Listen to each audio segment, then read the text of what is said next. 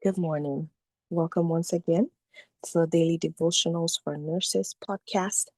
My name is Tola Olabi, and today we continue with Psalm 142.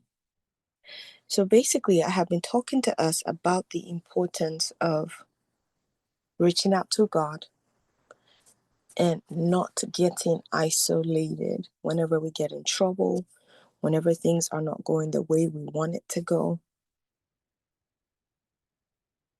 As I was reading more and more about Psalm 142, which is a psalm or a prayer of David when he was in the cave, I went back to 1 Samuel 22 and then 1 Samuel 21 to read about what was happening to David and why was he in the cave? Why was he praying this prayer? Why was he saying all these things?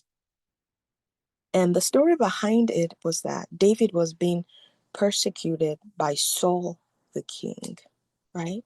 David was supposedly the next best thing, right? He had slaughtered Goliath, he had conquered, but Saul was jealous of him and he sought to kill him.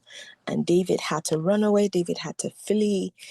And it was in the course of this that David ended up in the cave at Adullam. And all the things that he's saying, the tendency for a person who is running away from persecution, running away from trouble, at in the current day, right? I try to use what I will call real life, day to day. For example, if there was something going on at work, right? If there was something going on in your home, if there was something, especially right now,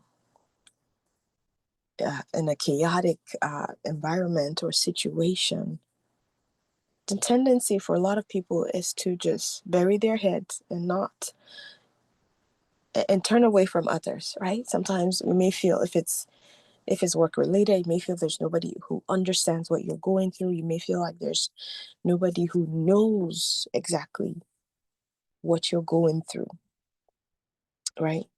But one thing I will keep saying is the first person you should talk to is God. It's an acknowledgement of how weak we are, how fragile we are, and it's an acknowledgement of how great He is as God. One of the Bible verses in the book of Psalms reminds us that God is a sovereign God. Okay? And so when you think of you have a sovereign God as the one that you follow, sovereignty means He owns everything. Everything belongs to Him.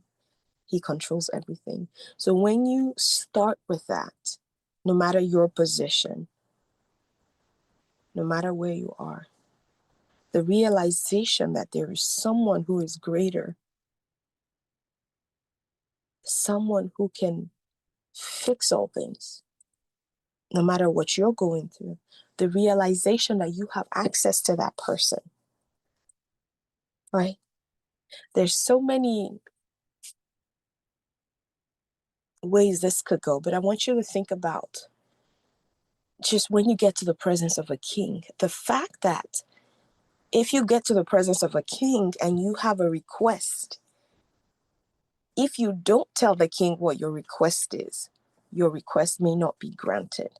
But if you're in the presence of a king and you say every single thing you want to say, the probability of all your requests being granted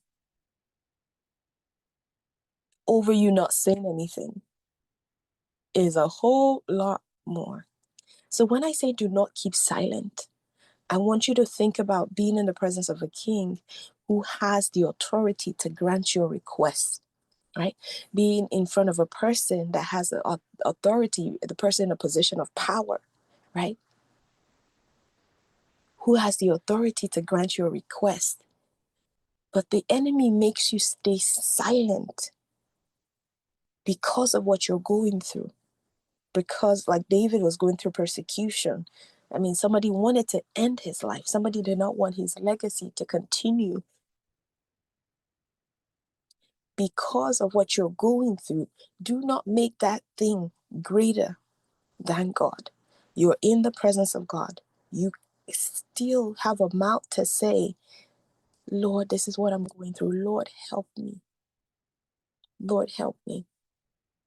And this is what David basically did in Psalm 142.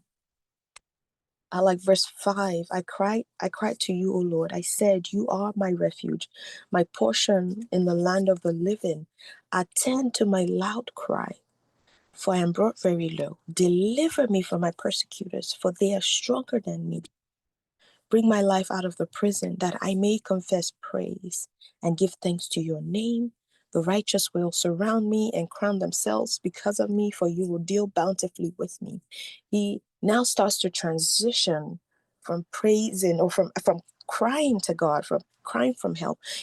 He now starts to transition into praising God and prophesying what he wanted to see over his life.